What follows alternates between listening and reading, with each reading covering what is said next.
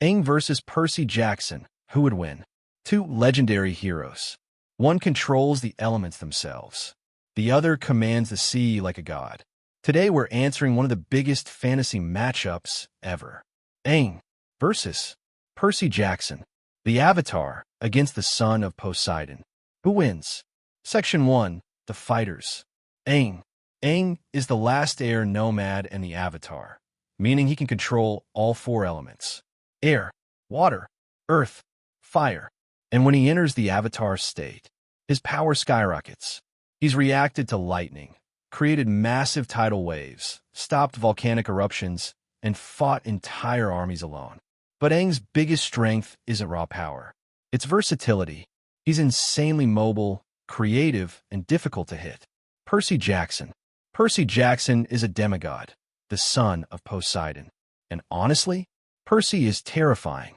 He can control water, create hurricanes, heal in water, talk to sea creatures, cause earthquakes in some versions, and physically overpower monsters the size of buildings. This dude has fought titans, giants, gods, and monsters that would wipe out entire cities. And unlike Aang, Percy fights to kill if he has to. Section 2. Strength and Power. Raw destructive power. This category is closer than people think. Aang, in the Avatar state, can reshape entire landscapes. He's redirected volcanic lava, created enormous elemental attacks, and combined all four elements at once. But Percy's feats get absurd. At his strongest, Percy casually creates giant waves, destroys armies with hurricanes, and survives explosions that should absolutely kill him. There's even a moment where his control over water becomes so intense it scares other demigods. And if the battle takes place near an ocean, river, or even heavy rain, Percy becomes dramatically stronger. Winner, Percy, slightly. His power ceiling is just more aggressive and overwhelming. Section 3. Speed and Agility. Now this is where Aang becomes a nightmare. Aang is fast, like ridiculously fast. Airbending constantly boosts his movement, letting him dodge attacks that normal fighters can't even perceive.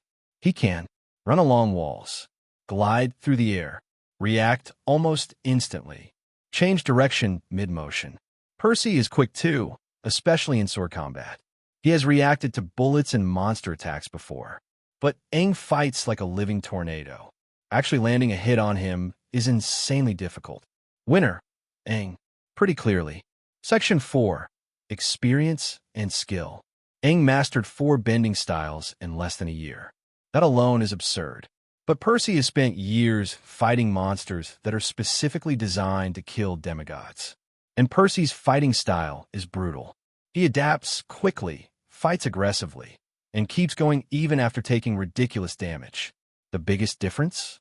Aang avoids killing. Percy doesn't like killing either, but he will do it if necessary. That mindset matters in a real fight. Winner tie. Aang is more technical. Percy is more ruthless.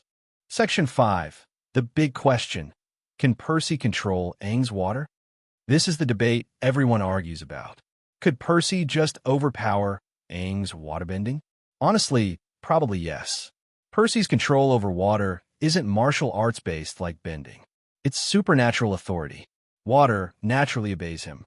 So if Aang throws water attacks at Percy, there's a good chance Percy can redirect or completely overpower them.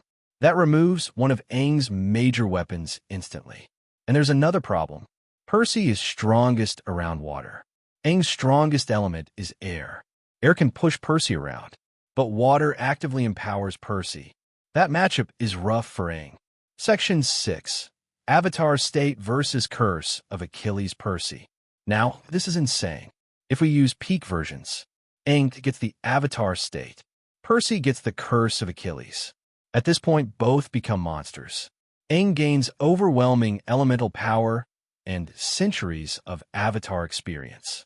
But Achilles Percy is nearly invulnerable except for one weak point, meaning Aang could unload gigantic attacks, and Percy might still keep coming. And once Percy closes the distance, Riptide is a serious problem. Aang is not physically durable enough to tank many direct hits from Percy. Final verdict. So, who actually wins? If the battle happens somewhere dry, with limited water, Aang absolutely has a chance. His speed and versatility make him incredibly difficult to beat. But overall, most of the time, Percy Jackson wins. High difficulty. Near water, Percy's raw power becomes overwhelming, and Aang lacks a reliable way to put him down permanently before Percy lands a decisive hit. The Avatar is one of the greatest elemental fighters ever. But the son of Poseidon was basically built to survive impossible battles. Oh, true.